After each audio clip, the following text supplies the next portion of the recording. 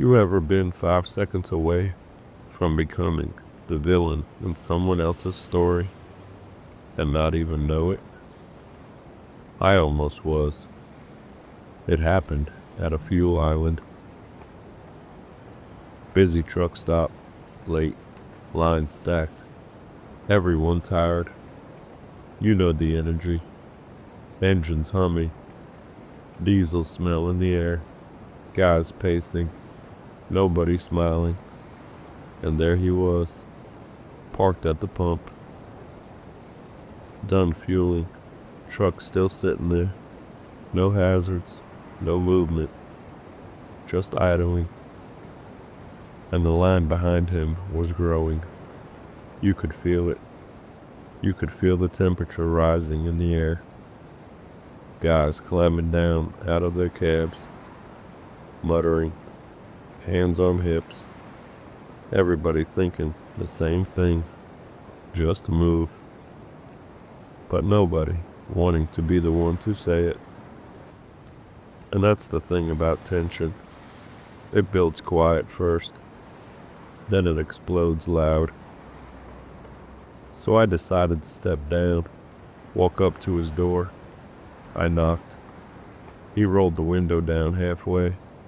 Didn't smile, didn't nod, just said what?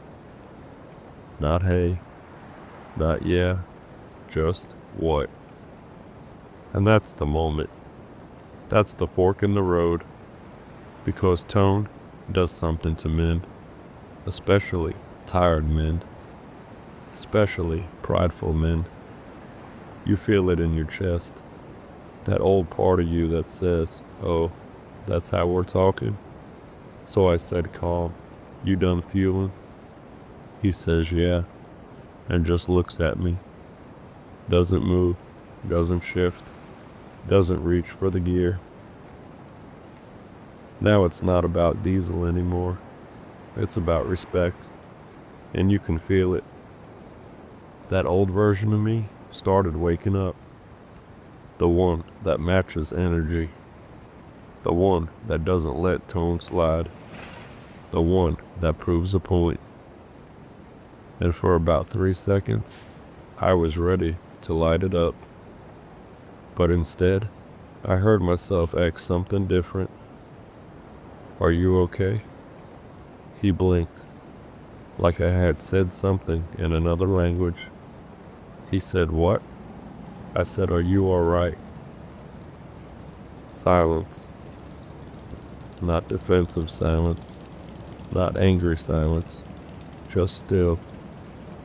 He looked past me at the line, looked at the steering wheel, and said quietly, my wife's in the hospital. Doctor just called. And just like that, everything shifted. The pump, the line, the tension, all of it evaporated. He wasn't being disrespectful. He wasn't being lazy. He wasn't flexing ego. He was frozen. Frozen between a steering wheel and a phone call he didn't know how to process. He said, I just needed a minute. And that line hit harder than anything else. Because how many times have we misread someone? We assume arrogance. We assume entitlement. We assume they're trying to disrespect us. When really, they're just trying not to fall apart. Out here, especially among men, nobody says, I'm scared. Nobody says, I just got bad news. Nobody says, I don't know what to do right now. They just sit, stare forward, hands gripping the wheel. And if you come in hot, you might be kicking someone who's already down. I told him, take your minute, walk back to my truck. The guys behind me were getting louder. I said, give him a second. He pulled forward shortly after. No drama, no apology, no speech, just movement. And I sat there thinking how close I was to turning that into something ugly. How easy it would have been to match his tone.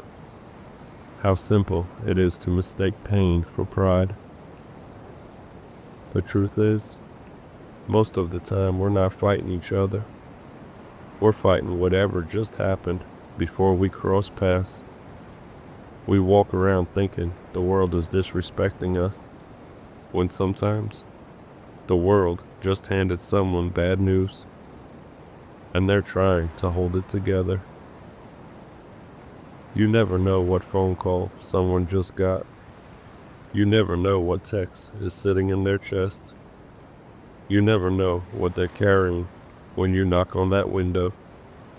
Sometimes the strongest move isn't confrontation. It's just one question. Are you okay?